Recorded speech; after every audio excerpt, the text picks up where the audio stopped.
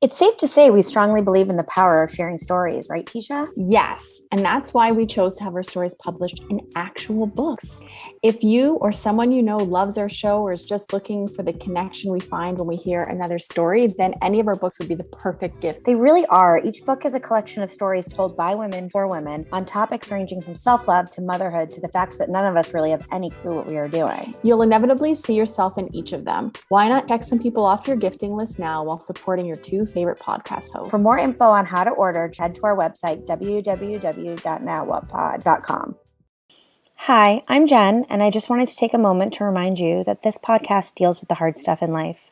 We share stories of trauma and triumph, and the subject matter may be alarming to some listeners. Please check the show notes for content warnings and take care of yourself. You're listening to Now What, a podcast where we celebrate the human spirit by sharing stories of strength and resilience.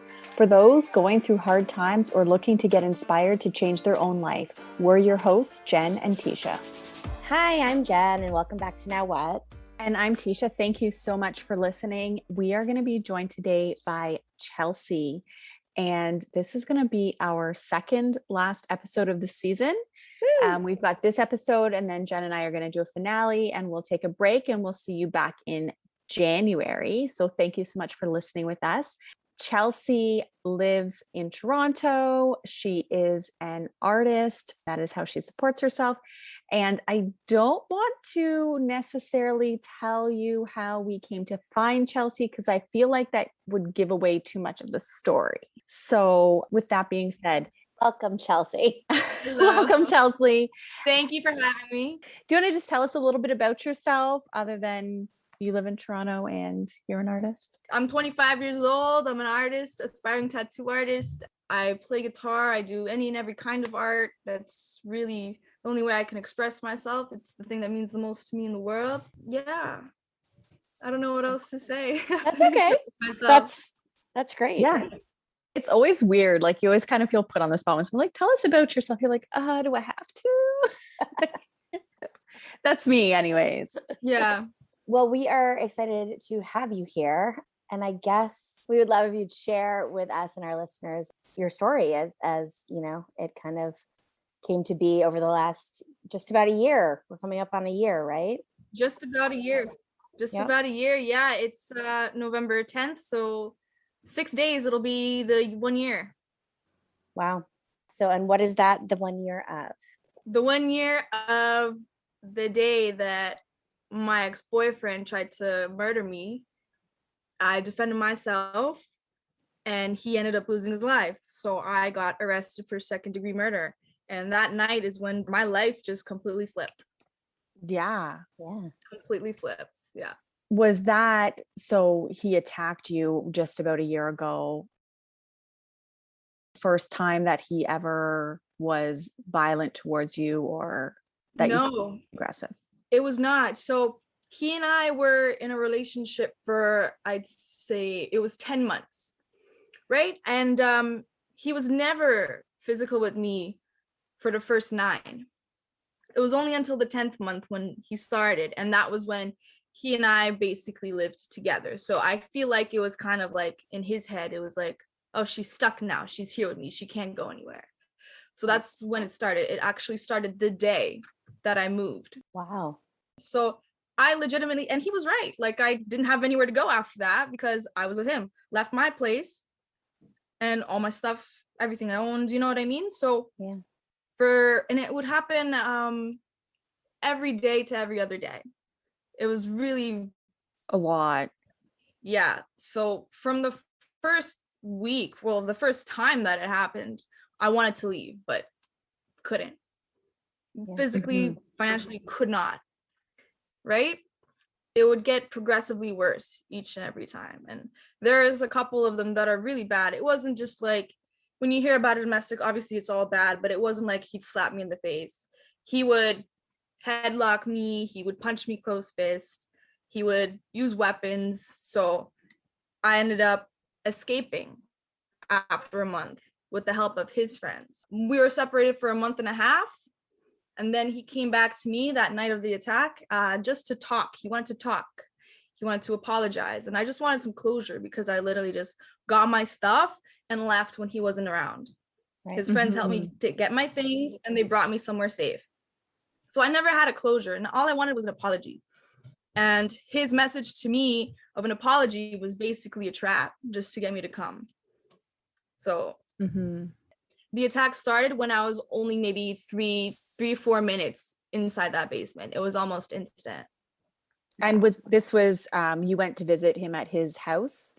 He had told me that it was his friend's house that he was watching over, but it turned out to be one of his ex's houses. And I didn't know that. He lied to me, obviously, but I figured it out when I was in there because I recognized a picture on the wall. Okay. Yeah. Okay. I figured it out pretty quick.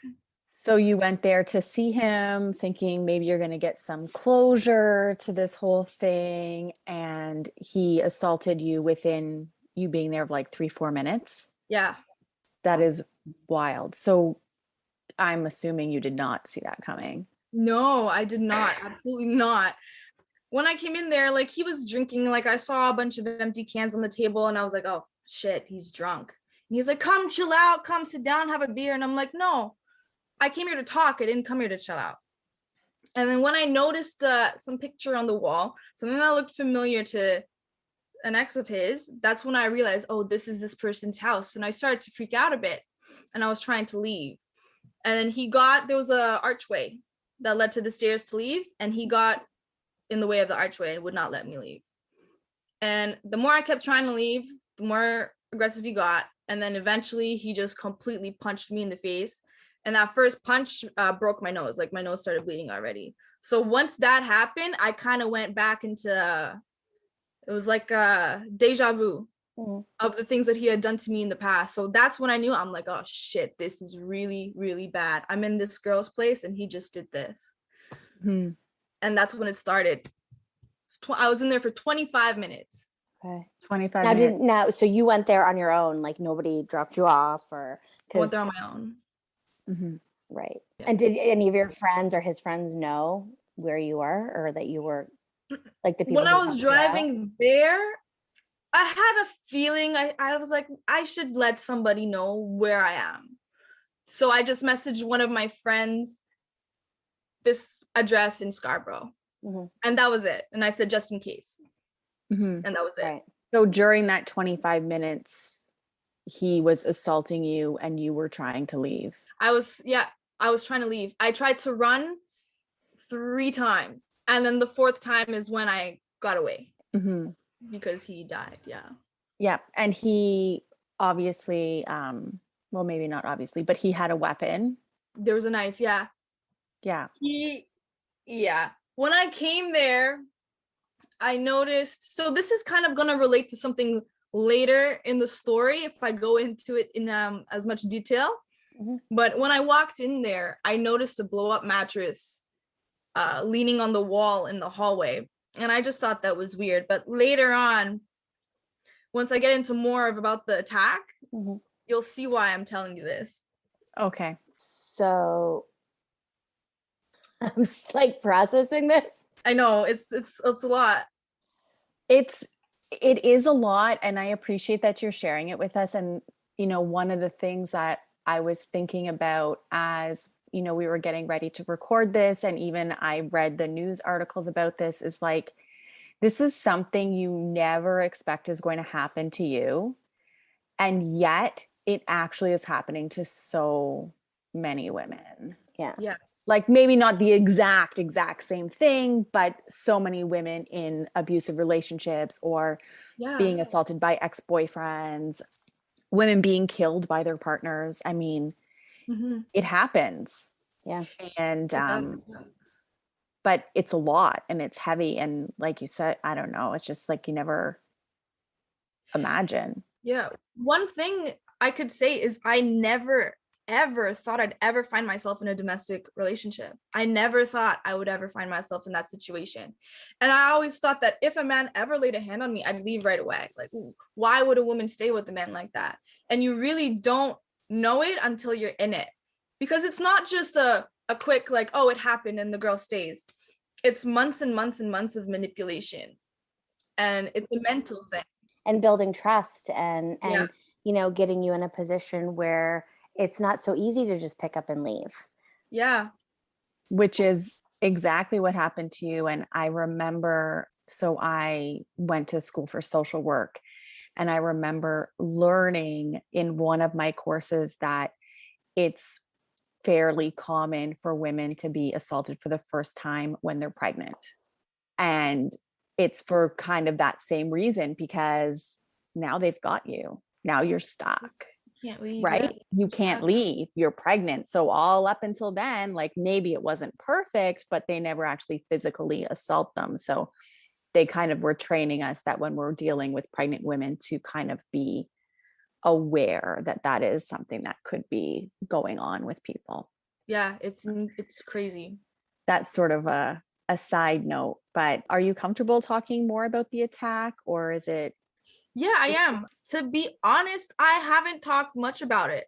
I only ever told the full story to my lawyer, and then that day that I went to make my statement on what happened. And since then, like, I have been in therapy.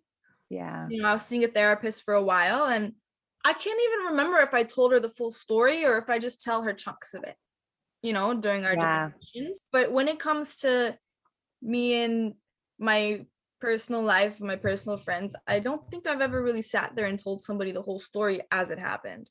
I have told people chunks, but I also make it Palatable. less gruesome than what it actually was, because that's also a conversation when I think about the other person that's listening to it, is like, what do you even say to make this person feel better? You know what I mean? And it's like, sometimes I just don't want to put that conversation on somebody else because it's a lot to process. So, yeah. And it makes the other person uncomfortable, and then you feel responsible for their discomfort. Like this is something other topic, like in other topics and other podcast things that have come up that we've talked about with other guests too, is like we sugarcoat it, or, you know, because, but I don't know. Jen looks like she wants to say something. I have thoughts. I'm not a sugarcoater. I mean, my personal experience isn't quite as what I imagine to be graphically violent, but I don't know.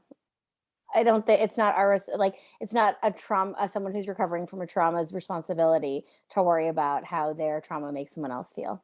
I agree with that too. It's just, that's the kind of person that I am. I'm so caring about other people. I totally get it. And again, your specific story, there's no disputing that there is a level of violence and graphic gruesomeness to it that, you know, doesn't exist in my own personal one. So it's a different thing. So that said, you can share it however you want to with us. If you want to, like, the nitty gritty, the real of it, if you want to, you know, whatever works for you. Yeah, we're like really no holds barred. So perfect. We'll see how it comes out. It probably will come out nitty gritty. That's okay. If it serves you, then that's great. Yeah. And to be fair, this is a podcast on people's experiences where their lives got flipped. So this is quite the story. I think so. Yeah. So you were in there for 3 minutes and it started. He broke your nose. Yeah. I mean, I can't even imagine rebounding from something like that. Yeah. This one, he punched me really hard, and I'm a really small person, so I'm 5'3", and I'm no more than 100 pounds. He's 6'5". He was over 200 pounds. So so that first punch, I think he actually even punched me twice. Broke my nose, and I went like flying. You know what I mean? Like, when he punched me, my face ricocheted real hard. So I had that deja vu, and I got my adrenaline started to come in. I'm like, oh shit, this is happening. And after that, he made me sit down on the couch. So I sat down on the couch, and he sat down beside me. And he starts talking. And as he's talking, he's punching me too. He's like holding me, and he's punching me as he's talking. And he's telling me these complete and total delusions about what happened in our relationship. So he was talking about how I was cheating on him with his friends, and how, I don't know, just a whole bunch of things that I never did, things that he actually did.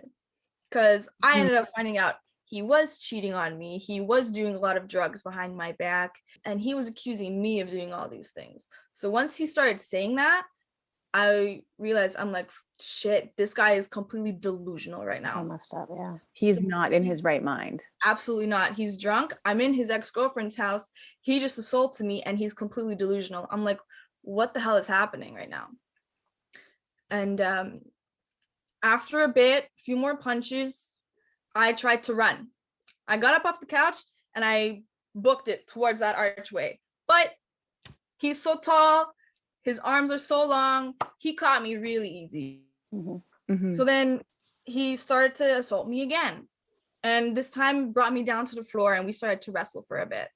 You know, he was grabbing my hair, he was banging my head off the floor, he was kicking me whenever he got the chance. I was in a headlock. It was just really, really just, I don't even know what the word is, but it was pretty gruesome.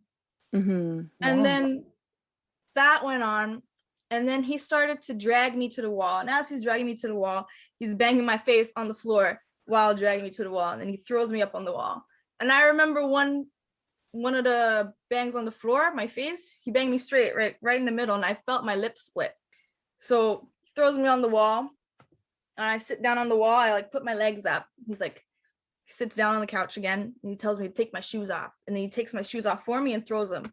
I guess in his head, me taking my shoes off would stop me from running. I don't know. You won't go outside without your shoes on, but yeah, something like that. Yeah. Yeah, that didn't work, obviously, but then he throws me a beer. And I crack it. He's like, here's your fucking beer. And he starts talking some more delusions. And then you must have been terrified. I was. So I cracked open my beer and I took a sip. And I looked at the can and it was just completely covered in blood. So then, and I saw on the floor, I saw like on my shoes how much blood there was coming out of the floor. I had two broken fingers at the time from one of his previous assaults. So I had a brace on my hand and I used to wrap it around in a little bandana because it would like slip. So I took that bandana off and I like went like this and wiped my nose and I looked in it and there's just a pool. And then I started to think to myself, I'm like, he's not going to let me out looking like this. This guy just completely fucked my face up. And then I'm thinking, I'm like, there's a mattress in the hallway. I'm like, he's going to hold me here. He's going to hold me here. Like, that's going to be my mattress. That's what he's doing right now. So this is where I start to think, I'm like, how the hell am I going to get out of here? And then he's talking, he's kicking me. I'm sitting down on the floor. He's kicking me now with his shoes. And he looks at me. He leans in and he's like, Chelsey, this is your last night alive. He's like, you're going to die tonight, Chelsey.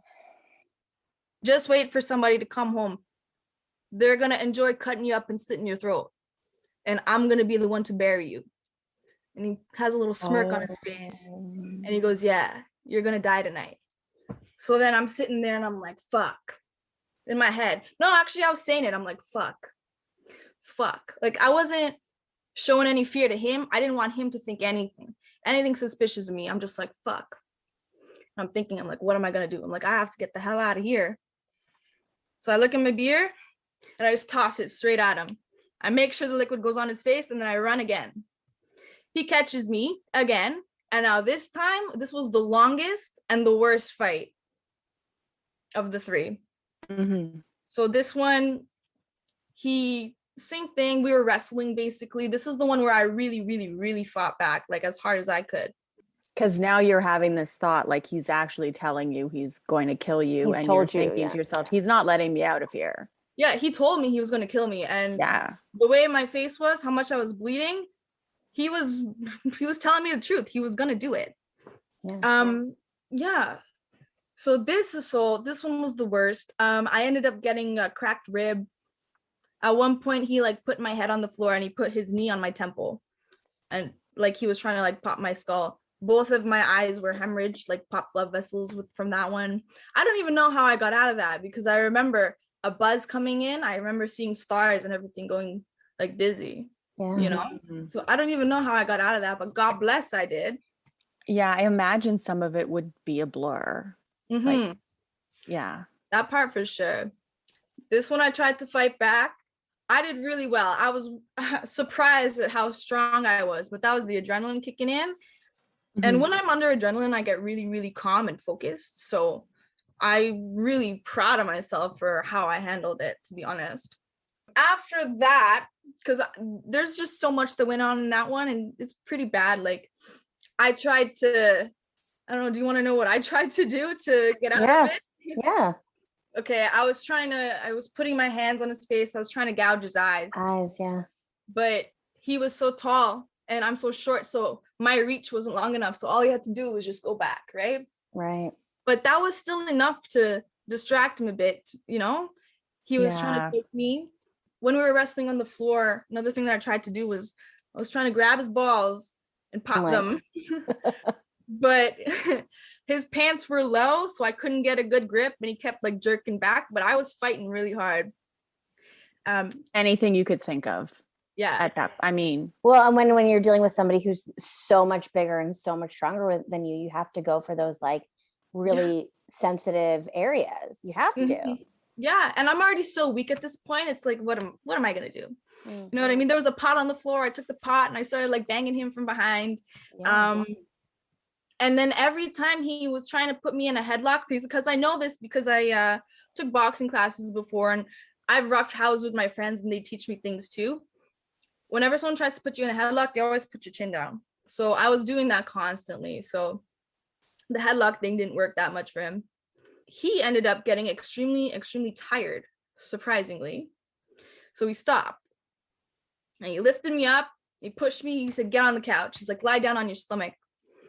And when I'm walking to the couch, I see a knife right there. And I'm like, oh, this is it. I'm like, I need that. So I was wearing my winter jacket at that time. It's pretty puffy. So I covered, like I said, he wanted me to lay down on my stomach. I covered the knife with my hand and I slid up on the couch.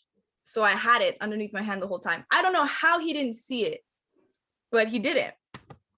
So when I'm on the couch, I'm like, all right, I'm like, I need to do this. So I start to make a bunch of moaning noises, and as I'm flipping the blade out, right, to cover up any sound that would happen. So I'm making some noises like I'm in pain, and then the blade's out. I'm like, okay. And I turn it around so that the blade's sticking out from like the other side of my hand. And then I go up on my forearms and I start peeking behind me to try and see, because he laid down on top of me. I forgot to mention that. He laid down on top of me. So you're on your stomach and he laid down. He's got you pinned down. He's got me pinned down. Yeah. I'm here, cracked rib, really small person. He's 200 pounds, 6'5", on top of me, right? I go up on my forearms and I start peeking behind me to try and see where he's laying on me. And that pissed him off. So he's like, stop moving. So he takes my head and starts banging it on the couch, but there's a pillow there, so it's not hurting. Then he finds a scarf and he takes the scarf and he puts the scarf over my head, over my eyes, over my mouth, and onto my neck. And he starts to pull up and squeeze. I'm like, okay, this is it. This is it. So I strike back and I get him. And he's like, you stabbed me. Which is weird. It's like, why are you surprised, first of all? Like, so I bring the knife back and then we start to fight for it. Right in front of my face. I'm watching everything as it's happening. It's literally this far away. So I watch the knife go into my hand and cut it open. I watch it cut my palm. And then he's getting it away from me because he's pretty strong. So I make the decision to take my left hand and grip the blade. Like, it was a conscious decision in my head. It's like, okay, I'm giving up my left hand right now. I'll figure it out later. So I grip the blade, and as I'm gripping the blade, obviously it's cutting my hand. And then I start to feel his body go weak. And then he goes dead weight, and I push him off. I push him onto the floor. I stumble up, and then he yelled something to me as I stood up and started running away. And I will never, ever forget this. And I can't even believe that this was real. But as I'm running away and he's on the floor and he's bleeding out, he yells out, Chelsey, I love you. What? Of all the things to say. Yeah. Like, this is love? Yeah. Right now? Blows my mind. It's like, legitimately, it's out of a movie. I mean, but it's all of it. But it's it really happened to you. But it really happened. Mm-hmm. So I just ran. I left. I have a feeling that was something that he said to make me come back to him, to help him. Yeah, probably. Mm-hmm. Maybe. So then he could finish, Yeah. like, or he can keep trying. Right. But yeah. So I left. I made it out. Went up that basement, went up those stairs, made it out of that basement. Mm-hmm. Yeah. And you ran for help. And I ran for help. See, right? First, I didn't even think about getting help. I just wanted to drive myself to the hospital. Mm-hmm. In all honesty, I was thinking, I'm like, shit, okay, I gotta go to the hospital. I'm like, shit, my keys are downstairs. I'm like, oh yeah, he robbed me at one point. I forgot to say, when he was making me go and lay down on the couch, he took everything out of my pockets and he threw them on the couch. My phone, my keys, my money, everything. And I'm like, so when I'm outside, stumbling to the car, I'm like, shit, my keys are outside or inside. Then I'm like, shit, my phone's downstairs. Like, I can't even call the ambulance. And So, like, let's paint the picture for people listening. You were in like a suburban neighborhood. yeah. There's nobody around typically, like at night. Yeah. Quiet neighborhood from what I could tell. Yeah. Because it was like, it wasn't even 12 a.m. and the first house I went to didn't answer the door because they were sleeping. They didn't hear it. Yep. Wow, I didn't. So this sleepy little neighborhood is my neighborhood. This is where I live. I'm like right next to where I live. Oh my gosh. Yeah. So So you know exactly which house this was. Yeah, I know where this happened. Yeah. We actually, how we heard about your story was because we know the family who helped you. They are the sweetest people. Yes. I am so glad I stumbled onto their door of all people. To be honest, they're the greatest. Yeah. I mean, what was going, I imagine at that point, you're just trying to get yourself to safety. You're not even probably thinking about him or. Yeah, I was trying to get myself to the hospital because I saw how much I was leaking and my hands, both of my hands were retarded. Like, oh, he was biting me the whole time. He was biting me. My left hand was covered in bite marks. He bit my head. He bit my ear. Like, he Mike Tyson'd me. He bit my ear. You know what I mean? Yeah. So my main concern was my hands because I'm an artist. You're and an this artist. is what I love to do. Like I said in my intro, like, this art is my life. And I wanted to make sure my hands would be okay. Right. And then I was also, I was really concerned about my grandfather's car. Like I really wanted to return because I drove my grandfather's car there. I really wanted to return my grandfather's car. I was like, oh my God, he's going to be so mad at me. It's like my family's going to be so mad at me. That's what was going through my head. It's the things we fixate on, like, right? When we're in shock. Yeah. I thought my family was going to be so mad. Even at the hospital, I kept asking, like, did someone call my grandpa? Let him know the car's okay. Like, is the car okay? It's like, my family's going to be so mad. I was crying to the nurses. Yeah. Meanwhile, like, no, Grandpa's really probably just more concerned about you.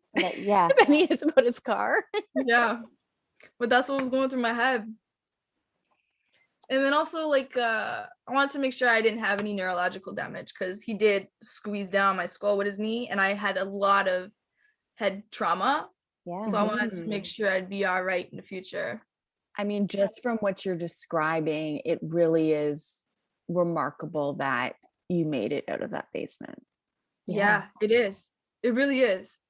Like the amount of strength that you were able to tap into to continue to fight back is, I mean, I think it shows that, like, you just never know what you have in you until you're forced to, like, it's true, show it, you know? It's fight or flight, and I'm fight. You never know until you're in that situation. No. I remember reading the newspaper articles like the next day because this was in the news. And it's very, at that point, they weren't saying that this was self-defense or anything. It was just very like, these are the facts. And I was like, I know. A woman killed a man? That's unusual. And there was like this immediate, I think, kind of knowing that I imagine a lot of other women had when they saw that I immediately was like, I bet you he attacked her and she won. Mm-hmm. And I was right. That is what happened, because you don't usually see it the other way around. So you're like, as someone who was not involved and didn't know either of you, just looking at the facts in the newspaper, was like, okay. Yeah. And you're healthy now and you're still doing art. So we know that you healed from all of that. Mm-hmm. Physically, anyway. But then, as you also said kind of in the beginning, is that you ended up being charged. I was charged when I was laying down on the floor. I was going to say, when, because you went to the neighbors and they helped you.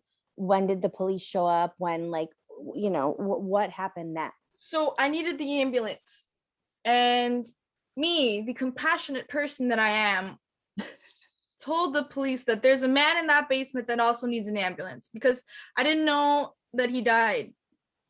Right. Mm-hmm. And I said, he needs an ambulance. He's in the basement here.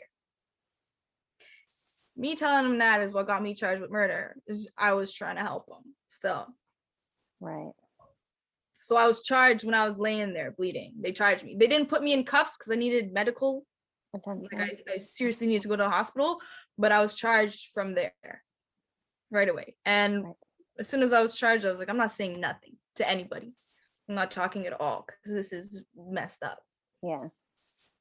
I mean, I can't imagine you fight for your life after all that you just endured to have charges laid against you. Right? Were you ever incarcerated? Yeah. This happened Monday night. I was in Vanier Detention Center for Women Tuesday night. I made it to Vanier real quick. Wow. Yeah. So I was in the hospital for a bit. They discharged me from hospital. They took me straight to a police station in Scarborough where homicide wanted to question me. I said, I got nothing to say. I got nothing to say. I got nothing to say. From there, they just took me to Vanier. Wow. I had to be taken to my cell in a wheelchair because I was so. Yeah, I'm sure. Yeah, like you like that the repeated head trauma that you suffered in those 25 minutes. Like, there's no, I mean, that you were even let out of the hospital is insane. Yeah, and they confiscated all of my clothes at the hospital. They took my socks even. So I was like barefoot. Like you're a criminal. Yeah. Yeah. They brought me out. They were taking me from car to the van to the station to whatever. I'm barefoot, In November in Canada. Yeah. Yep. Wow. Mm-hmm. So you how long were you at the detention center for? I was there for like 3.5 weeks, I think it was. I went straight to the loony bin where they sent me, and I was there for 8 days. I mean, the reason that I was in the loony bin is because they had medical, like proper medical for me. So that's why I was there. So imagine, like, jail is loud, but the mental health assessment unit is loud. So yeah, I bet. Yeah. It's like a whole other level, I'm sure. Oh yeah. It's I didn't sleep. Right. On top of that, I was on head watch. So they had to wake me up every 20 minutes until I was off head watch. So for 8 days I didn't sleep. And it really does mess with you mentally. Lack of sleep. Yeah. You ask any mother with a newborn, she'll tell you what being woke frequently does to you. Oh yeah. It's rough. Yeah. And that's just when it's not just like one bad night. One bad night is like you can recover from, but it's like you said, it was 8 days. So it's like night after night of not being able to sleep. And your body's healing. So it needs to rest. Mm-hmm. And we're not even touching on like the mental and emotional trauma toll that the trauma is taken too. Yeah, a lot. Like on top of the assault itself, then it's the mental and it's more mental than emotional. It was the mental trauma of knowing that I've been charged with murder and I'm facing life in prison. But also that you almost died. That this person who I had loved Oh yeah, that trust yeah. it. Like, I mean, that's got to do something. Yeah. That definitely did something. That's the one that sticks with me to this day. That's what was taken away from me that I'm trying to get back, but it's very hard, is the trust in Being able people. to trust people, yeah. To open up myself to somebody, right? That's to this day that I'm still coping with, that I have issues with. Yeah. I would imagine that anybody in a similar situation would have like a similar response that makes sense. Right? Like for a really long time, I didn't like being touched. Like I didn't like people even just like tapping me on the arm. I only just started like giving people hugs again, maybe like a month or two ago. It feels nice. Hugs are nice. Yeah. Hugs are good. Yeah, I miss those. But it makes sense that you wouldn't want to do that. Like, again, even though you had, lived with a month of assault from this person prior to this happening, it's just like, why should you trust anybody touching you? Exactly. I mean, really. So you were in jail and the mental unit for 3.5, 4 weeks. No, 8 days. And then I went in the mental unit and then back to jail. That's what I mean. And then I went to max, to range on max. Okay. And then they bumped me down to medium, but I was only in medium, I think, for 1 or 2 days before I ended up getting my bail hearing and getting bail. I actually got bail the same day of my bail hearing, which was very nice. I didn't expect that. So that was good. I was mentally prepped to be in jail before I got bail for maybe like 3 months. Like, is this what your lawyer was telling you to anticipate, or? No. My lawyer was telling me I'd be home before Christmas, right? But in my head, I'm like, well, I did do it. Like, this is what happened from my action. Why would they do this? Why would they let me out? Why would they make the decision so quick? So I was just mentally prepping myself for worst case. Yeah. So I was in the mode. I went straight into like jail mode. You know what I mean? So it was a very nice surprise to come home. Yeah, it's interesting just to hear. I don't know. It just struck me when you said, like, I did do it. Did you feel guilty about what happened? No. Okay. Because just hearing you say that, I was like, I hope she doesn't like, I don't know, like think that she was going to deserve to go to jail. No, I knew I didn't deserve to go to jail, but it's the Canadian law. You know, there's no self-defense laws here. So I was trying to think, how are they going to play this out in court? There are no self-defense laws here. No. I'm an American living in Canada, so that's why. Yeah. No, there's no self-defense laws. That's why. Wow. Yeah. In my head, I thought, I was like, hey, I'm not going to get charged with second-degree murder because I'm not a murderer. But what might happen is I get charged with manslaughter. And I'm like, okay, manslaughter, 10-year sentence, you get parole after 2/3, I'll be in for 6 years. That's what I thought because of the laws and how they worked. And I just thought for me to be charged right away on scene without any sort of, assessment, the Crown has to approve me being arrested. I was like, what are they trying to do right now? So and it's also got to be your like the broken or the trust issues kicking in, and then the fact that literally you were like, let's be real, practically fighting for your life, and they would have slapped you in cuffs if they had been able to. Yeah. Like, why should you believe that anything would go easy when exactly, like instantly from the second the services were called, you were charged? Exactly. I had no trust in it. I mean, that makes sense, at least in retrospect. So you got bail, you were home in time for Christmas. Yes. Which is great. But then you still had to go back to court, right? Yeah, court was, my lawyer was going to court for me. Oh, okay. Yeah, but there was still a number of court dates. But you did not have to go. No, me physically, I didn't have to go up until I forget the legal words, but no, me physically during that time, I didn't have to go. My lawyer just constantly updated me. Right. And then so you're home, this stuff is happening over here, and then what is going on for you in this period? Like, are you trying to like, are you still working? Are you still like, what's going on? Like, what are you doing? I wasn't working. I was definitely not in the mind space to work. I mean, I couldn't imagine that you would be, but this is when my trust issues really, really kicked in, because my trust issues were kicking in with my family. My trust issues were kicking in with my friends, like my closest friends.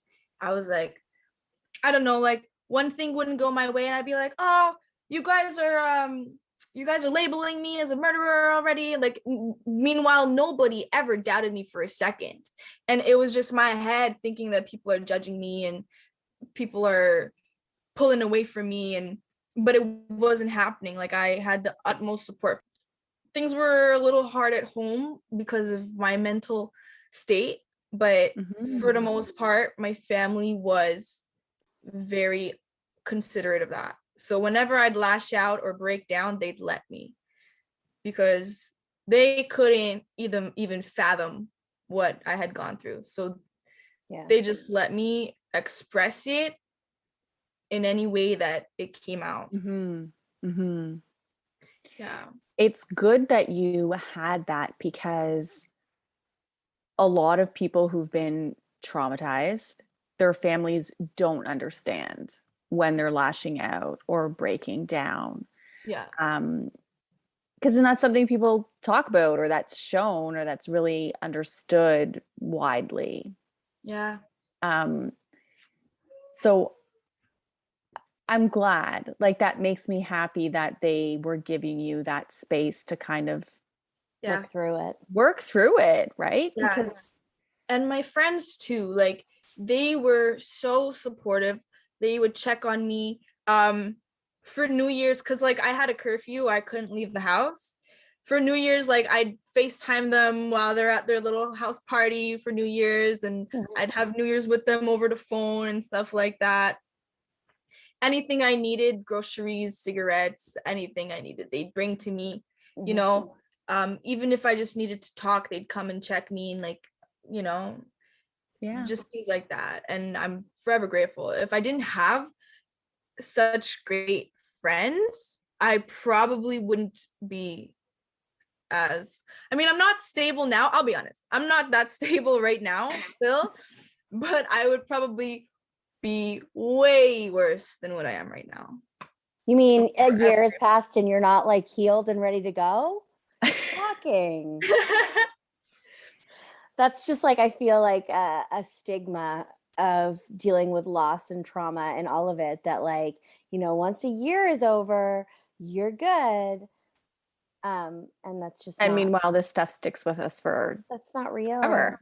That's not real. It's Right? not real life. It's not reality. It's, you know, I think it's amazing that you're here right now and that you're able to talk about this with us. And, you know, I think like I'm still reeling a little bit from all that you dealt with in that short span of time. Yeah, and, it's a lot to process. You know, it's like I can't even imagine.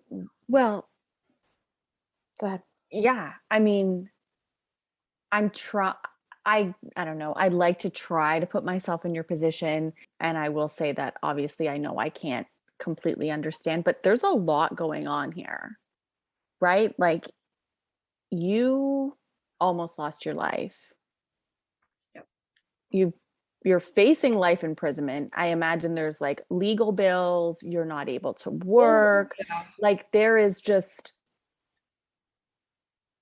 so much happening. You can't go out and like do the things you normally would have done. Like, you have a curfew.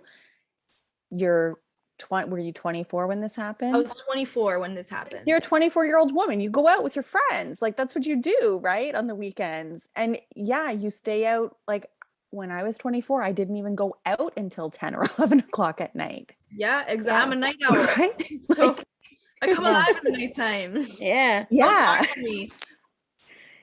And then what was your curfew? My curfew was 10. Yeah. But it was just not that bad. I was still able to do something. Like I'd see my friends for maybe an hour or so. But whenever I'd see my friends, they made sure to keep it small. No people I didn't know, just a 1-2 people here and there. Like they did it very well. Did you find it hard to be in larger groups or crowds after this? Oh yeah, holy. Every time I'm in a large group, and still to this day, even I'm just scanning like every single face that's there. I'm just looking, and it makes me a little uncomfortable because I'm the kind of person where if I go to a bar, I like to sit in the corner so I could see the entire room. And being in a group of really, really large people starts to give me anxiety. Like I stayed in survival mode. You know how I haven't gotten out of that yet. I'm still in it. It's weird. And I only realized that maybe a few weeks ago.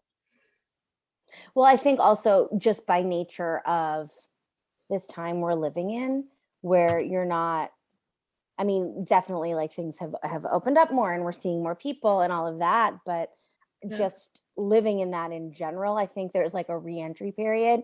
And what you went through was like literally right before here in Ontario, everything like kind of shut down again. So like you're at home and you really you're only able to do so much anyway. Oh no, that made me feel so much better. No, it did. But that's what I mean. I'm sure it did. I'm sure it was really great for you. Because then you were missing out on as much. Yeah. But now, I can't go out. No one else can either. Okay, but it dragged out you like being able to avoid those situations, right? And like, it just kind of, I think, compounds it and exacerbates it a little bit. Those feelings of being out and about. Like, so my personal story, my husband was killed at work. He worked in the film industry. It was all over the news for like a week. So I didn't like going places because I didn't want people to like look at me. And I didn't want to be in big groups of people. And I just am curious because obviously this was in the news fairly, like even more so just because there were the court dates and things like that. Like there was more potentially to follow up on. Did that piece of it, that media piece of it, impact you at all? Oh yeah. I was so angry at the media. I was so mad that they released it in the way that they released it. And there was my anger towards the media for that. And then there was a lot of buzz on the internet too, because there's the people that support me, but then there's also another side that completely hates me. Well, he has a family and friends, and I mean to believe the things that you told us that he did, that this person that they knew and loved did, I'm sure that would elicit some feelings. Absolutely. And there was a lot of slurring online. Like my profiles were screenshot and blasted. This is the girl, blah blah blah. They just slur me, completely defamation. And then at one point too, I got my disclosure and I was reading the statements people made on me, and I had never met these people before too, mind you, and it's just all complete and total lies. So it's stuff that he had told them, I guess. Yeah. And it was just messing with me a lot too, that this is what's in the statements that people are making on me. It's like, this is not true. Like, what are you guys talking about? Right. Because like murder trials are a lot about public opinion as well. Like it has something to do with it. Right. So if I was being slurred so much online and like the media reports didn't mention anything about his attack on me, I was like, how are people going to perceive this? How is a jury, if it goes to trial, how is a jury gonna think about me because of all the things that are being said online before? They could get an impression first. So yeah, that was a stressor too. I'm sure. Yeah, no, it messes with you. Oh yeah. You're working with a therapist now? Yeah, I was for a while, up until I think maybe May. She's amazing. So she helped me out a lot. And I'm going to start again. I actually just messaged her today. Yeah. She's great. Yeah. Therapy is great for me. I think I operate under the mind that everybody needs it sometimes. It's a tool that we should always go back to, like at different points in our lives, whether we've dealt with something as like, obviously traumatic as what you have or not. There's no shame in it. Some people think like, oh, you're going to a shrink. No, my therapist is amazing. Even for somebody that hasn't gone through a trauma, if you're extremely stressed or you have anxiety or anything like that, it's so good to talk to somebody that's able to understand it, able to look at it from a third person point of view, help you figure out where it's coming from and help you through it. Yeah, and just that safe space where like you can say, all the things. And as you said, like you still, there are things that you're still working through.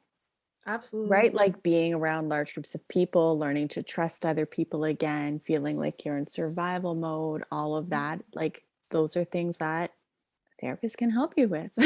Yeah, for sure. And other people with, right? I mean, you're not the only one, I guess. But it's like a year later, I have grown a lot, obviously, and I'm proud of myself for how much I've healed. But a year later, I'll be completely transparent, I'm still coping with it. Yeah. It took me a really long time to process, and it's not a process of what I had to do, because I don't regret defending my life, and I never will. But the thing that I think people forget is I know what it feels like to be murdered, because I was seconds away from being killed. That's the part that took me a long time to process, and that's the part that I'm coping with, is that specific part. The other part I'm okay with. And like just the fear that you felt and the violence that you witnessed, like that was being experienced. Yeah, that you experienced is going to have an impact on you, of course. One thing that I want to say about fear, though, is the only reason that I made it out is because I felt fear. Yeah. You can only be brave if you're fearful. Right? Yep. So like you were so scared. I was scared. It's what like allowed you to kind of tap into that strength that I like referenced before, I think. Yeah. That was it. And so there is, like Jen was touching upon before, I think there is this whole thing in our society where we think like something bad happened and like after a year it's all going to be better, and that's not the case. It's not really the reality of how it works. So I wouldn't like you're like, it's a year later, and I'll be honest, I mean, I would kind of expect that a year later, not only would I think that you might still be struggling with some things, but I also wonder if, like, coming up on that year anniversary, if that's bringing a lot of stuff up as well. It is. Do you, this is like a personal question, like based on, again, my own experiences with trauma, like when that date is coming up, I like feel it in my body, like without even realizing it, kind of where I was in that moment. Like, I even remember the day that I left him when I escaped the relationship in the beginning of October, and I felt it that day. I was like, this is the day that it started. This is the day that I left him. His anger built up towards me. His plan to do whatever started in this period of time. I'm like, this is when it was happening. So that even brought up something. So it's going to be in 6 days at the night. So this episode is going to air on November 17th, which is like then a day after. Yeah. So this is the day you were being taken to prison. That was the day. I was still in the house, like, that I escaped to after 12 a.m. So yes, right. Yeah. So you escaped on the 17th. So I escaped on the 16th, but I was still there on the 17th. Got it. Yeah. Well, so that's when this will be releasing. Have you, like, I don't know, some people who have like lived with traumas or lived through traumas that have like, they do something on those days. I don't like to call them anniversaries because that implies celebration. Although there's an element of like you not having been incarcerated, you being here, you being alive, that I would argue does cause for some sort of honoring. Okay. Do you have any, like, do you have plans for the day? Are you doing something with family or friends, like to get your mind off of things? I am so happy that you said that, because yes, I was planning on doing something and I thought it was weird for me to do it on the day that it happened. But if it's a common thing for people that have experienced trauma to do, then I think everybody has their own ways of dealing with it, right? Like, I'm remembering Kaylee, this guest that we had, where she delivered her baby and she was basically dead, and like the day before his birthday, she does something for her. yeah. Like they light Nice. candles and like whatever, or they did the first year anyway. Yeah. And we do something, for my husband every year. Yeah. Yeah. Absolutely. I think it just, everybody has a different take on it. So who knows how you'll feel on the day. It's one of those things you can't ever know. But I guess And that's like the day I'm a cancer survivor, and the anniversary of the day I was diagnosed, like I spend it in bed. Like that is my plan. I think because it's a hard day for me to remember what happened on that date. It just feels really heavy, but I think honoring sort of what feels right for you. Totally. You know what I mean? Like, and for some people, and I'm thinking for other people who are listening that have experienced trauma and these dates come up, like for some people, it's heavy and you need to rest and maybe you don't want to socialize. And for other people, maybe you do want to do something to honor the date, right? I think it's varies for everyone and depending on the situation. But if you were inclined to do something on that day, you do it. Oh, I will. I have an idea. I know what I'm gonna do. Like I'm like sitting here. Are you gonna get a tattoo? No. I could do that any other day. Well, I know you can, but like as a like, we're looking at you, and obviously, and you're a tattoo artist or working to be one. You never know. But my own perspective on it is like, you fucking fought back and survived. Like that deserves something. you're pretty badass. Yeah. Thank you. I know you didn't go. I know you. This is not how you want to be seen as badass, but you are. Who said so? I like that word. No. It's good to be badass. It probably wouldn't have. I mean, you wouldn't want to have wanted to go through this experience for people to see you that way. I mean, hey, you know what? It is what it is at the end of the day, right? And I'm so grateful that I'm not the one that lost my life. And I don't know how this is going to come out when I say it, but I do feel like I helped another woman in the future. I feel like, I don't know how that's going to sound, but I feel like I saved somebody else. I obviously don't know this person, but kind of know enough about abusive men to probably say that you weren't the first woman that he ever hurt, and you probably weren't going to be the last. Yeah. Safe assumption. Unless he was in jail for your murder. Unless he was in jail for my murder. Right. Exactly. Yeah. Right.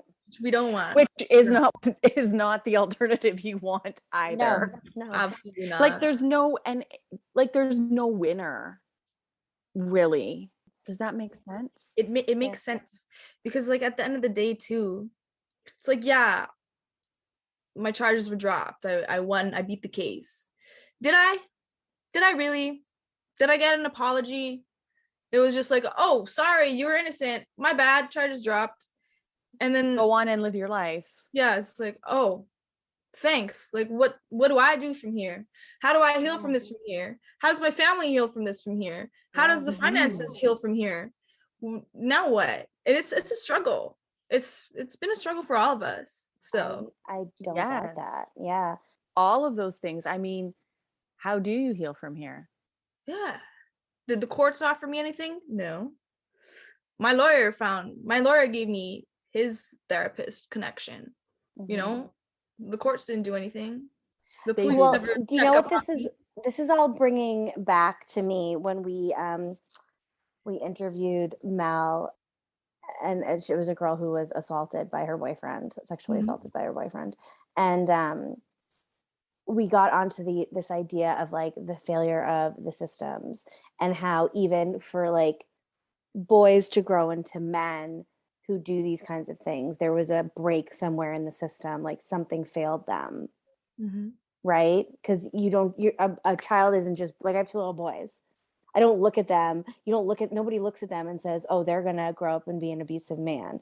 Like, right. Mhm. There's something that there was a disconnect or a break in the system that happened, and that allows that to happen. And then it's perpetuated even through what you dealt with the courts. Like, yeah, you were cleared, but then it was like, okay, we're done with you. On to the next one. They With re-victimize the victim yeah, by doing that. And I understand why it happened, because I have an understanding of the law and how the law works. But just because it's the law doesn't mean that it's right. no, Yeah. Right. Under the law, they have to do their due diligence. They have to do this investigation. I mean, from a logical point of view, I understand it. Mhm. But from an emotional point of view, you're like, this doesn't make any sense. Yeah, just Right?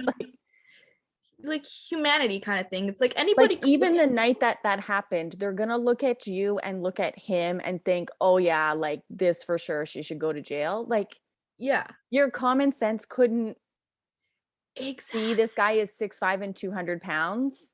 Yeah, one stab wound, mind you. I stabbed him once, and then there's me completely beaten to shit. Mhm. Where was the common sense right there? It doesn't take a genius to recognize what happened. right. Yeah. Or to at least see that there's more than one way that things could have gone. Yeah. So when this happened, I read the articles because I don't know, I live in a sleepy little community, and something like this happens and everybody's talking about it. And I do also remember when you were cleared, reading an article that said something along the lines of it being one of the most clear-cut cases of self-defense they've One of ever seen. one of the strongest cases of self-defense I've seen in 30 years. Is that the quote? There you go. That's the quote. Yeah. That is the quote. I would hold on to that if I were you too. Yeah, that was a great one.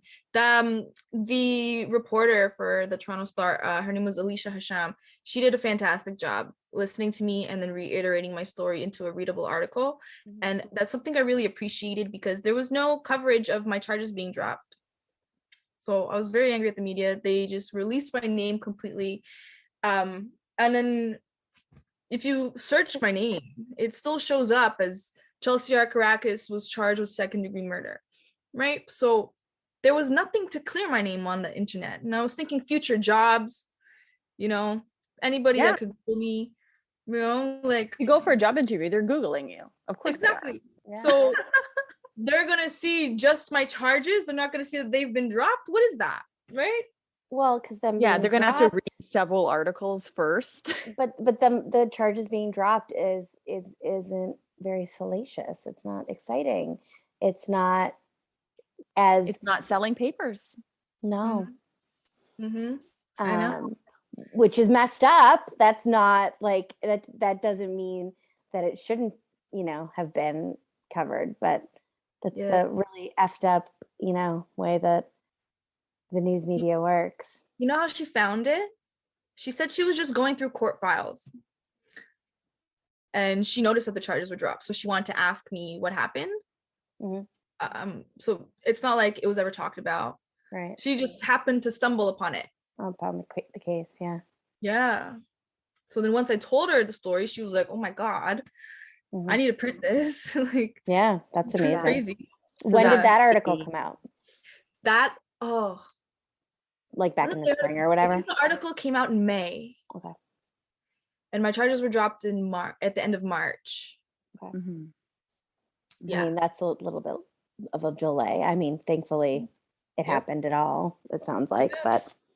Did you need to do like physical therapy or anything like to help with your hands or anything like that? No, so this is where the miracles really come into play, because like I said, like this hand was cut open. I was able to see the ligaments. Fun fact, they're white. Ooh. But the blade, there's 2 in your finger right here, and the blade went clean through, like in between them. Wow. So it didn't cut them. Yeah. So even the surgeon, he was looking at it. He's like, this is like a miracle right now. He's like, you don't need surgery for this. And I was like, well, thank God. Right. Because your hands are your livelihood. Yeah. And then my fingers in my right hand, they were both fractured before this fight from him. And probably made worse during it. Yeah, I was nervous that it made it worse. They both healed fine. I don't have any pain. No neurological damage. My eyes have a tiny prescription, but not even enough for glasses. So that's good. So Yeah. it's just crazy. My friends call me Wolverine. Yeah. My sons would appreciate that. I like it. What is something that you would hope that someone listening would take from, hearing your story? Oh my goodness, a lot. Red flags. There's always red flags. There were a lot of red flags that I was ignoring during the relationship. And one of the big ones is gaslighting and jealousy. If your gut tells you something, I think you should listen to it and don't make excuses for someone else's behavior. Mm-hmm. That's definitely something that I did. I made excuses for his behavior, and I thought he was just very insecure, and I needed to make him feel more secure. And he was very jealous. He constantly accused me of cheating when I never did. So it became so ridiculous, his accusations, that I didn't even take it serious. That's a huge red flag. And once the hand comes on you the first time, leave, because it will always get worse. It will. Mm-hmm. They don't stop. It's manipulation, and it's seeing how much you'll take from them. Right. So if they see that you're handling it, they're going to keep giving you more and more and more and more. And I just want any woman that's going through something like this, if she's going through something like this right now, just as a reminder to be strong, because you can get out of it. Mm-hmm. I would absolutely never, ever wish for anybody to go through something that I did in any way, but you can get out of it. And it doesn't have to get to the extreme point that I did for me. You can get out of it and get out of it when you can. Mm-hmm. And don't go back alone. Oh yeah, don't go back alone. That's my own personal takeaway. Just don't go back in general. Oh, definitely. But if in general, take it from me.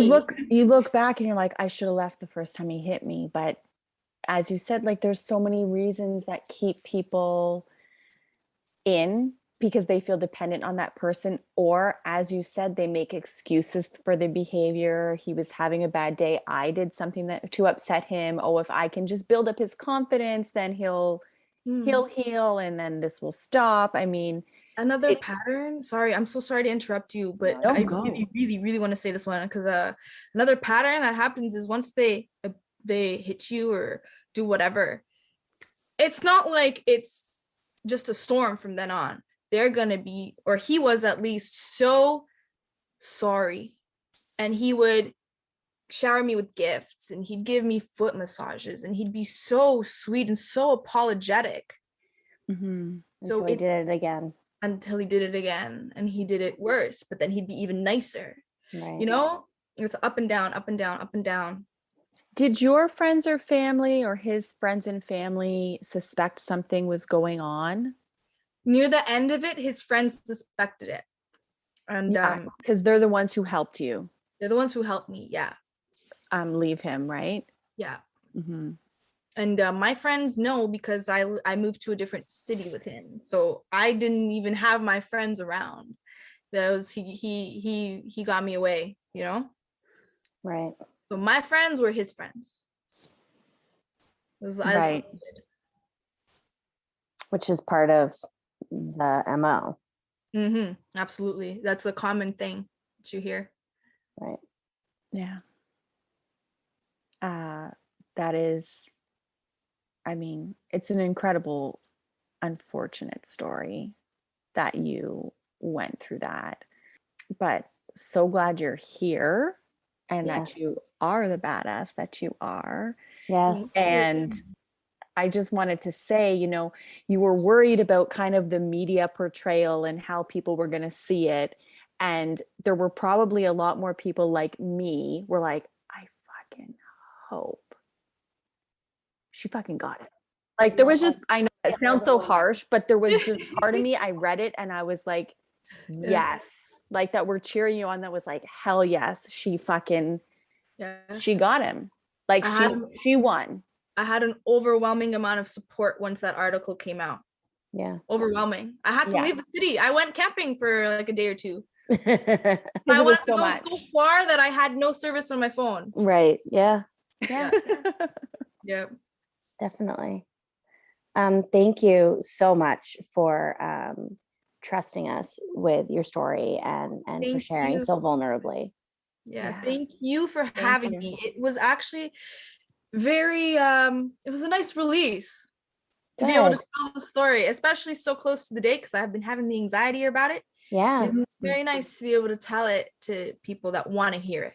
Yeah. Well, and hopefully it kind of like helped you release a little bit, and you know. It did. Well, that's amazing. Thanks for listening to Now What? If you've enjoyed this episode, leave us a review. Your ratings and reviews help more people like you find our podcast. Don't forget to subscribe and share this episode with someone you think would love it. Until next time, remember, your hard times are the chance to write another chapter.